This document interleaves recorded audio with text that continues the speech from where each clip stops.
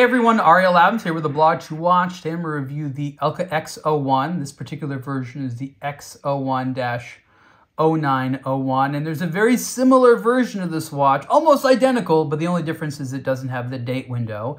And then in the X series are a lot of watches with this dial that have different colors. Most do have the date. The ones that don't have the date is a relatively small number of them. But so this review is, yes, specifically about this dial, in this watch, but there are others in this collection. Elka is a returned watch brand led by an esteemed designer, Hakim, who has worked previously at the Swatch Group at Hamilton and Rado, and is really a good designer, very well liked, and had this opportunity to start his own brand, and it is cool. He's definitely going for a crowd-pleasing concept here, but only someone who is a very skilled watch designer could have made a product like this that combines a lot of interesting things, is cool on the wrist, is very clever in terms of the design. And I'll talk about some of the clever things. This is not too expensive of a watch, but it does certain things that are interesting. Let's talk about the thickness. This is not the thinnest watch in the world.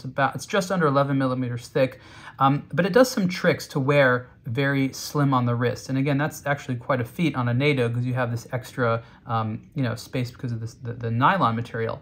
But you can see here that the actual flank of the watch is very, very thin.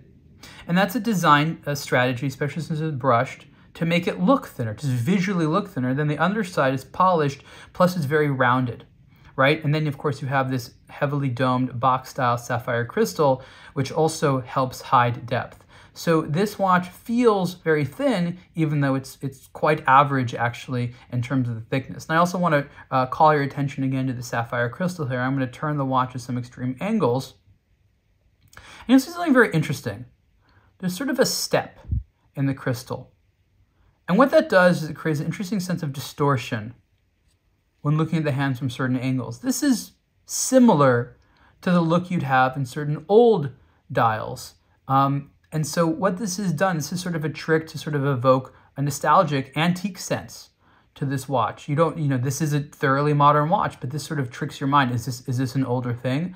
And it's such a simple little thing, but it adds a lot of personality to it. I don't know how well it comes across in the video, but when you wear this watch on your wrist, you definitely notice it, and it makes a big difference. You may not necessarily know what you're noticing or why, but you'll appreciate that it gives this watch just that much more personality. So here it is on the NATO style strap, and I like that there's that section in the middle here to prevent fraying from the little holes.